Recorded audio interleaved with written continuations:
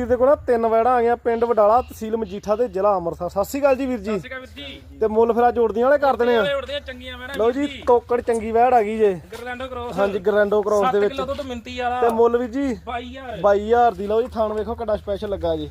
ਅੱਗੇ ਵੀਰ ਜੀ ਆ ਗਈ ਜਰਸੀ ਕ੍ਰੋਸ। ਜਰਸੀ ਆ ਚੈਫ ਕ੍ਰੋਸ। ਹਾਂਜੀ ਕੋਈ ਗਰਮੀ ਦੀ ਇਹਨੂੰ ਵੀ ਪਰਵਾਹ ਨਹੀਂ। ਤੇ ਦੁੱਧ ਕਿੰਨਾ ਜੇ? 9 ਕਿਲੋ ਵੀਰ ਜੀ। ਮੁੱਲ ਵੀਰ ਜੀ ਇਹਦਾ ਉੜਦੀਆਂ ਦਾ ਹਾਣਾ 24000 ਰੁਪਏ। 24000 ਦੀ। ਲਓ ਜੀ ਥਾਣ ਥੁਣ ਚੰਗਾ ਲੱਗਾ ਚੰਗੇ ਥਾਣ ਦੇ ਦੀ ਆ। ਅੱਗੇ ਵੀਰ ਜੀ ਆ ਗਈ ਜੇ ਇਹ ਕੱਲੀ ਤੋਕੜਾ ਜੀ ਵੀਰ ਜੀ। ਕੱਲੀ ਤੋਕੜ ਆ ਗਈ ਜੇ 5-6 ਕਿਲੋ ਵੱਡੇ ਕੱਦ ਕਾਠ ਵਾਲੀ। ਠੀਕ ਹੈ ਜੀ। ਇਹਦਾ ਵੀ ਉੜਦੀਆਂ ਦਾ ਮੁੱਲ ਹਾਂ ਤੇ ਨਾ ਹੀ 15000 ਰੁਪਏ। 15 ਲਓ ਜੀ ਬਿਲਕੁਲ ਉੜਦੀਆਂ ਵਾਲੇ ਮੁੱਲ ਕਰਤੇ। ਠੀਕ ਹੈ ਵੀਰ ਜੀ। ਠੀਕ ਹੈ ਵੀਰ ਜੀ।